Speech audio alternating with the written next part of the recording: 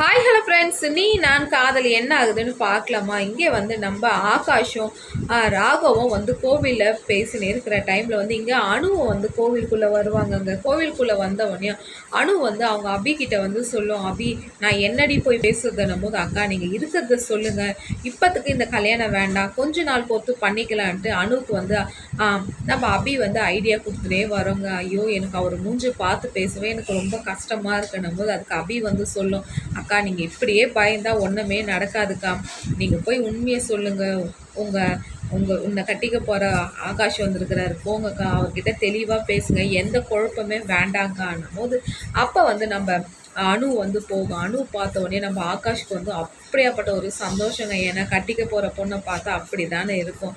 இங்கே வந்து அணு வந்து கல்யாணம் வேண்டான்னு சொல்ல வராங்க. என்ன முடிவுகளை எடுக்க போகிறாங்க அணு அண்டு வெயிட் பண்ணி பார்க்கலாம். உங்களுக்கு நீ நான் காதல் பிடிச்சிருந்தா லைக் பண்ணுங்கள், கமெண்ட் பண்ணுங்கள்.